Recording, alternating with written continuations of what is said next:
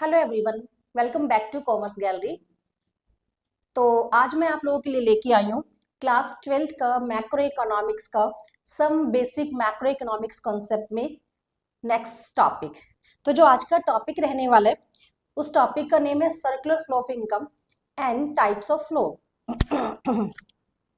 तो चलिए इससे पहले वीडियो स्टार्ट करें, आपसे एक छोटी सी रिक्वेस्ट है कि इसके जो कुछ पार्ट्स हैं, 2 पार्ट्स मैंने ऑलरेडी अपलोड कर दिए, तो आप लोग प्लीज एक बार उनको देख के आइए।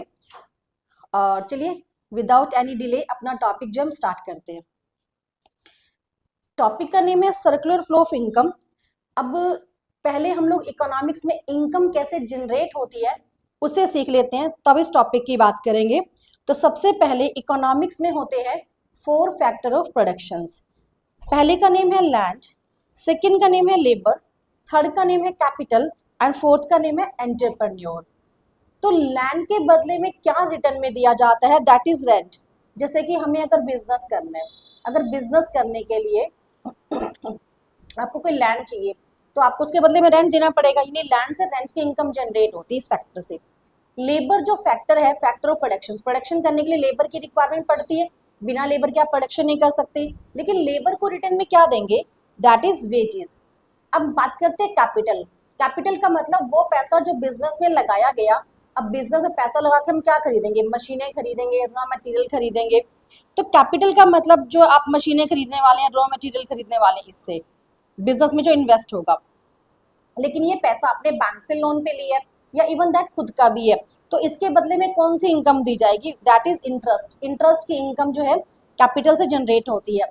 और लास्ट में आता है एंटरप्रेन्योर। एंटरप्रेन्योर वो पर्सन है जो तीनों फैक्टर लैंड, लेबर, कैपिटल, तीनों फैक्टर को कंबाइन करके बिजनेस को स्टार्ट करता है, मींस प्रोडक्शन करता है।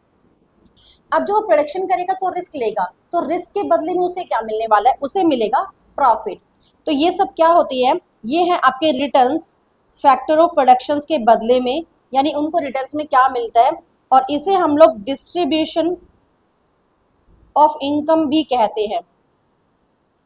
डिस्ट्रीब्यूशन ऑफ इनकम का मतलब हुआ कि प्रोडक्शन करने के टाइम पे जो इनकम जनरेट होती है वो डिस्ट्रीब्यूट हो जाती है among the different factor of productions, जो कि क्या है, land, labour, capital, entrepreneur. Land के बदले में रेंट, लेबर के बदले में वेजेस, कैपिटल के बदले में इंटरेस्ट, और एंटरप्रेन्योर को मिलता है फाइनली प्रॉफिट का हिस्सा। तो अब हम बात करते हैं, जब हम इनकम समझ चुके हैं कि प्रोडक्शन प्रोसेस के अंदर जो इनकम जनरेट हो रही है, तो अब हम पढ़ेंगे सर्कुलर फ्लो ऑफ इनकम के बारे में। तो चलिए देखते हैं कि सर्कुलर फ्लो ऑफ इनकम का मतलब क्या है। It refers to cycle of generation of income. आप इनकम को जनरेट करेंगे इन द प्रोडक्शन प्रोसेस। सबसे पहले इनकम जनरेट होती है। सर्कुलर फ्लो ऑफ इनकम के 3 फेज होते हैं। पहले फेज का नाम है प्रोडक्शन फेज, जिसके अंदर इनकम जनरेट होती है। देखिए फॉर एग्जांपल, मान लीजिए किसी फैक्ट्री के अंदर प्रोडक्शन स्टार्ट हुआ, तो लेबर गई है काम करने के लिए, तो पहले वो काम करेगी, 1 महीना पहले काम करेगी, है ना, तभी उसे सैलरी मिलेगी या वेजेस मिलेगी। ऐसा तो नहीं है कि उसे एडवांस में सब कुछ मिल जाएगा। तो पहले पैसा कमाना पड़ता है, इनकम जनरेट करनी पड़ती है। तो प्रोडक्शन प्रोसेस के अंदर पहले इनकम जनरेट की जाएगी।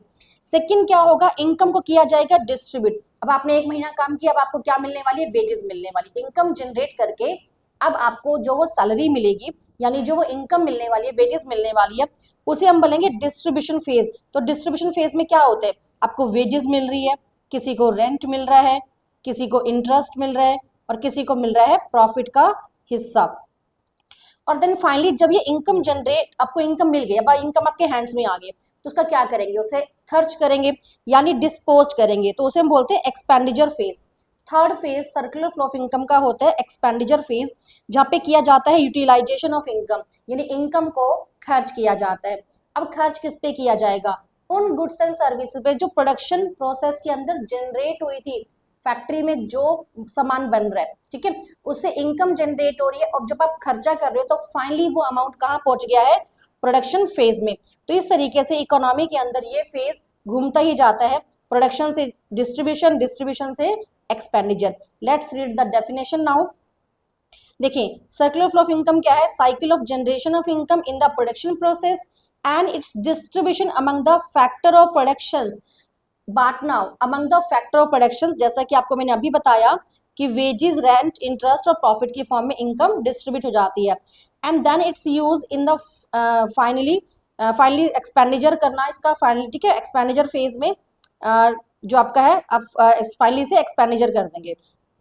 जो इनकम है एक्सपेंडिचर फेज में यूटिलाइजेशन ऑफ इनकम, इसको एक नाम और दे सकते हैं disposition of income. Disposition of income, finally income को डिस्पोजेस करना, और जिससे फाइनली अमाउंट क्या है प्रोडक्शन प्रोसेस में पहुंच जाएगा, और ये फ्लो क्या है सर्कल में गोल गोल घूमते हैं। तो that's called the circular flow of income, जिसके 3 फेजेस की बात हम लोग करते हैं।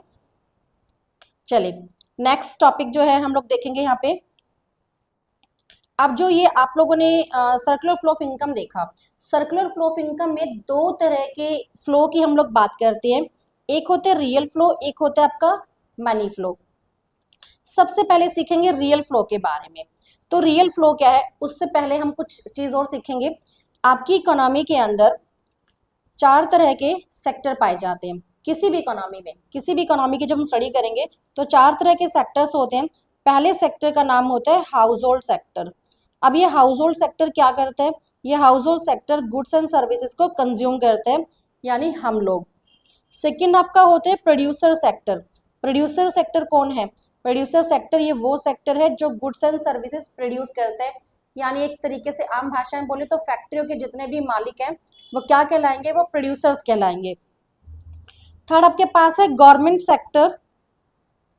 गवर्नमेंट सेक्टर, अब किसी भी इकोनॉमी के अंदर गवर्नमेंट भी होती है, गवर्नमेंट चीजें प्रोड्यूस भी करती है और कंज्यूम भी करती है। जैसे कि गवर्नमेंट के खुद के प्लांट्स होते हैं तो प्रोडक्शन भी करती है, एज अ प्रोड्यूसर भी काम करती है, और वो चीजें कंज्यूम करने का भी काम करती है। और लास्ट में आपके पास होते हैं rest of the world. Rest of the world ये वो सेक्टर है जहां से हम लोग इंपोर्ट और एक्सपोर्ट करते हैं। तो किसी भी इकोनॉमी के अंदर 4 सेक्टर होते हैं, लेकिन हम लोग सिर्फ और सिर्फ इन 2 सेक्टर्स की बात करेंगे, क्योंकि इकोनॉमिक्स के मेरे इस टॉपिक के अंदर जो हम लोग टॉपिक अभी कर रहे हैं इसमें हम लोग किसकी बात करेंगे, 2 सेक्टर मॉडल। 2 सेक्टर मॉडल जब हम लोग गवर्नमेंट को भी इंक्लूड कर लेते हैं बन जाता है 3 सेक्टर मॉडल। जब आप रेस्ट ऑफ द वर्ल्ड को भी इंक्लूड कर लेते हो बन जाता है 4 सेक्टर मॉडल, लेकिन हम लोग बात करेंगे 2 सेक्टर मॉडल की। तो चलिए अब देखते हैं डायग्राम को। सबसे पहले आपके पास ये है हाउस होल्ड सेक्टर और ये है प्रोड्यूसर सेक्टर। सबसे पहले क्या करना है, प्रोड्यूसर सेक्टर बनाएगा गुड्स एंड सर्विसेज को, तो गुड्स एंड सर्विसेज को वो जनरेट करेगा। अब गुड्स एंड सर्विसेज जनरेट करने के लिए उसे क्या चाहिए, उसे चाहिए फैक्टर ऑफ प्रोडक्शन। अब फैक्टर ऑफ प्रोडक्शन को यहाँ पे लिखा हुआ है फैक्टर सर्विसेज। फैक्टर सर्विसेज का मतलब है कि हाउस होल्ड प्रोड्यूसर को फैक्टर सर्विसेज दे रहा है। वही चीजें कि लैंड देगा, देखो अगर आपको लैंड चाहिए, प्रोड्यूसर को लैंड चाहिए, एक फैक्ट्री बनानी है, प्रोडक्शन के लिए जगह चाहिए, तो वो लैंड कहाँ से आएगी, इसी हाउस होल्ड से निकल के आएगी। अब उसे लेबर चाहिए तो वो लेबर भी इसी हाउस होल्ड से यहाँ पे आएगी, ठीक है। इस एरो से ये दिखाया गया कि ये आपके पास प्रोड्यूसर सेक्टर की तरफ ट्रांसफर हो रहे हैं। कैपिटल पैसा जो चाहिए वो भी इसको हाउस होल्ड सेक्टर से ही मिलने वाला है, और जो एंटरप्रेन्योर जो पर्सन जो बिजनेस करेगा, रिस्क लेगा, चीजों को असेंबल करेगा प्रोडक्शन के लिए, वो भी आपको हाउस होल्ड सेक्टर से ही मिलने वाला है। अब जो ये प्रोड्यूसर है ये क्या करेगा, प्रोड्यूसर करेगा इन सब चीजों को यूज, प्रोड्यूसर करेगा इन सब चीजों को यूज और बनाएगा गुड्स एंड सर्विसेज। तो गुड्स एंड सर्विसेज का फ्लो कहाँ जाएगा, प्रोड्यूसर से हाउस होल्ड तक, तो इसे हम बोलते हैं कि रियल फ्लो हो रहा है। तो that is the real flow. Definition देखें, real flow refers to flow of factor services from household to firm and corresponding flow of goods and service from firm to household, that's called the real flow। household से जा रहे हैं factor services in the form of land, labor, capital और entrepreneur, और producer से जाएंगे goods and services बन के household की तरफ। अब बात करते हैं मनी फ्लो की।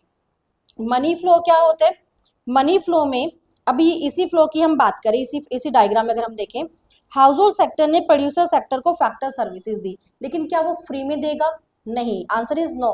जैसे कि लैंड अगर मान लीजिए यहाँ से मिला, कोई पर्सन अपनी लैंड देता है फैक्ट्री या बिजनेस करने के लिए, तो बदले में रेंट लेगा, तो प्रोड्यूसर क्या करेगा, बदले में उसको रेंट देगा, यानी यहाँ से यहाँ तक जाएगा आपका मनी फ्लो। अपोजिट हो गया ना, मनी फ्लो अपोजिट हो गया। देन लेबर अगर यहाँ से आ रही है तो लेबर को क्या मिलेगा बदले में, वेजेस। कैपिटल जो आ रहा है उसके बदले मिलेगा इंटरेस्ट, और एंटरप्रेन्योर को मिलेगा प्रॉफिट। तो इस तरीके से मनी फ्लो जो प्रोड्यूसर से कहाँ जाएगा, हाउस होल्ड तक। अब देखिए प्रोड्यूसर ने क्या किया, goods and services the house hold को, तो क्या वो फ्री में बेचेगा, आंसर इज नो। तो हाउस होल्ड से पैसा यानी मनी कहाँ जाएगा, प्रोड्यूसर तक जाएगा। लेकिन नाम क्या देंगे, नाम देंगे कंजम्पशन एक्सपेंडिचर। ठीक है, होप सो क्लियर है। चलिए इसे क्लियर डायग्राम के अंदर देखते हैं। देखिए money flow, money flow refers to flow of factor payments from firm to household for their factor services and corresponding flow of consumption expenditure from household to firm for the purchase of goods and services produce by the firm. तो language थोड़ी सी typical रहती है economics की, लेकिन उसे आप simple language में कन्वर्ट करके सीखेंगे तो बहुत इजीली समझ में आएगा। चलिए इसका डायग्राम देखते हैं। देखिए मनी फ्लो का डायग्राम, अब देखिए यहाँ पे ये है प्रोड्यूसर सेक्टर और ये है आपका हाउस होल्ड सेक्टर। अब हाउस होल्ड में से प्रोड्यूसर जो है वो क्या कर रहा है, प्रोड्यूसर फैक्टर पेमेंट कर रहा है हाउस होल्ड को, तो ये यहाँ से यहाँ पे जा रहा है फैक्टर पेमेंट, जो आपको मैंने अभी समझाया। और हाउस होल्ड क्या कर रहा है, हाउस होल्ड यहाँ पे कंजम्पशन एक्सपेंडिचर की फॉर्म में यहाँ पे मनी दे रहा है। तो ये आपका क्या कहलाएगा, मनी फ्लो, जहाँ पे किसका एक्सचेंज हो रहा है, मनी का एक्सचेंज हो रहा है। चलिए अब हम डिफरेंस देखते हैं between real flow and money flow. देखिए जब हमने रियल फ्लो देखा तो उसके अंदर जो एक्सचेंज था वो या तो था फैक्टर सर्विसेज का या फिर आपने जो गुड्स एंड सर्विसेज दी थी। तो it is the flow of goods and services between firm and household. It is also known as physical flow. Real flow को फिजिकल फ्लो के नाम से भी जाना जाता है। और रियल फ्लो के अंदर एक्चुअल गुड्स एंड सर्विसेज का ट्रांसफर होता है। गुड्स प्रोड्यूसर बेच रहा है हाउस होल्ड की तरफ और सर्विसेज हाउस होल्ड दे रहे हैं प्रोड्यूसर की तरफ। तो transfer of actual goods and services from household to firm. ठीक है, और टू वे ही होता है आपका। तो गुड्स एंड सर्विसेज इसका एग्जांपल्स हैं। गुड्स कहाँ से जा रही थी आपकी, प्रोड्यूसर से हाउस होल्ड की तरफ, और सर्विसेज हाउस होल्ड से प्रोड्यूसर की तरफ। एंड मनी फ्लो में क्या होगा, मनी फ्लो बहुत सिंपल से, it involve the exchange of money for the goods and services. इसका एक्स्ट्रा नेम क्या होता है, नॉमिनल फ्लो। याद रखेंगे कि money flow is in response of real flow. सबसे पहले रियल फ्लो होता है, देन आता है मनी फ्लो। ऐसा नहीं कि पहले मनी फ्लो आएगा फिर रियल फ्लो आएगा। पहले फैक्टर सर्विसेज जाएंगी, देन फैक्टर पेमेंट होगी। पहले आप सेल करोगे यानी गुड्स एंड सर्विसेज दोगे, देन कंजम्पशन एक्सपेंडिचर होगा यानी खर्चा होगा, पैसे आएंगे। तो मनी फ्लो हमेशा इन रिस्पॉन्स होता है ऑफ द रियल फ्लो। तो ये था हमारा आज का टॉपिक जिसको हमने डिस्कस किया आपके साथ में। तो मिलती हूँ मैं आपको अपने नेक्स्ट वीडियो में किसी नेक्स्ट टॉपिक के साथ। Till then bye bye, take care.